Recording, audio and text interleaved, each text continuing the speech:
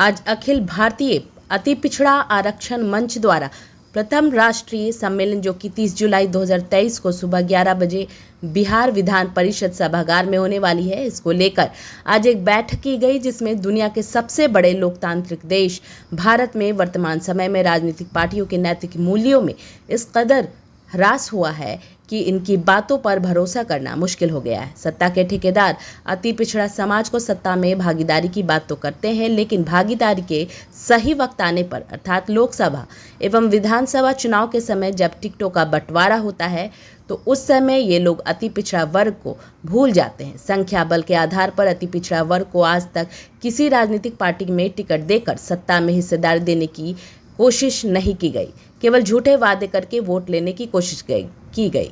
अखिल भारतीय पिछड़ा आरक्षण मंच की प्रमुख मांगों में रोहिणी आयोग की रिपोर्ट को अविलंब प्रकाशित कर लागू किया जाना, जजों की नियुक्ति प्रक्रिया में कॉलेजियम सिस्टम को समाप्त करना, SC/ST के तर्ज पर अति पिछड़ा अत्याचार निवारण अधिनियम बनाना, अति पिछड़ों के संख्या बल के आधार पर बजट का प्रावधान करना, लोकसभा एवं विधानसभा में SC/ST की भागीदारी आदि उद्देश्यों के लिए इस मंच का गठन किया गया है। आपको बता दें कि इस अहम बैठक में विंदेश्वर सिंह, प्रमुख समाज सेवी सुभाष सिंह चंद्रवंशी,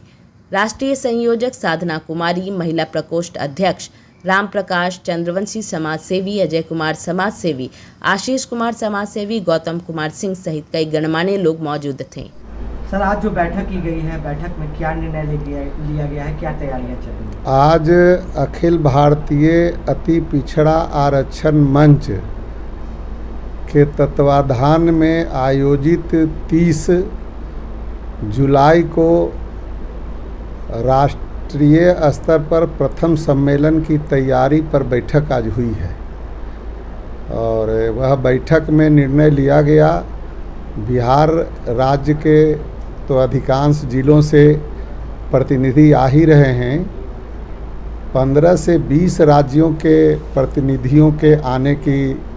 स्वीकृति मिल गई है और यह रोहिणी आयोग के रिपोर्ट को प्रकाशित कर लागू करने की मांग को लेकर करके बिहार में पहली बार और वह भी देश में यह पहला बार ही एक ऐतिहासिक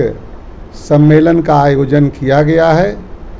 यह रोहिणी आयोग कमीशन के रिपोर्ट को प्रकाशित करने के मामला में यह है कि भारत सरकार के सेवाओं में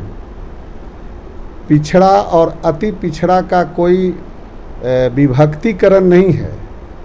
एक ही साथ है और उसका नतीजा यह है कि आज 30 साल में अति पिछड़ा जो देश के आबादी का 1/3 बड़ा हिस्सा है और उससे एक IPS आज तक नहीं बना। 30 साल में अगर एक IAS IPS बनता तो 30 IAS 30 IPS बनता। तो यह एक साथ करके मंडल कमीशन के रिपोर्ट में अति पिछड़ों के साथ जो है इनकी हकमारी हो रही है, इनका हक नहीं मिल रहा है। और जब समाज के मुख्य धारा में लाने के लिए यह संविधान बना, आरक्षण का प्रावधान बना और उस प्रावधान के रहते हुए भी समाज के मुख्य धारा से यह बड़ा जमात जो वंचित है, शोषित पीड़ित है, उपेक्षित है और यही तबका है जो देश के निर्माण में महत्वपूर्ण भूमिका अदा करता है, वो वंचित हैं। इसलिए अखिल भारतीय अति पिछड़ा आरक्षण मंच का यह प्रथम राष्ट्रीय अधिवेशन बिहार विधान परिषद के सभागार में 30 जुलाई को 11 बजे से प्रारंभ होगा। उसी की तैयारी के संदर्भ में आज बैठक हुई है। हम लोग यह आह्वान करते हैं, यह मांग करते हैं कि इस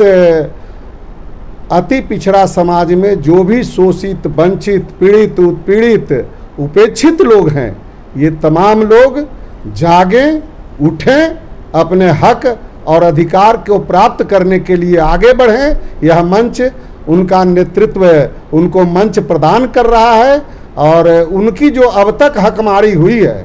वह हकमारी पर विराम लगाने का कवायद चल रहा है। इसमें अभी तक जो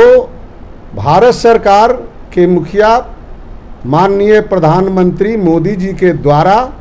2 अक्टूबर 2017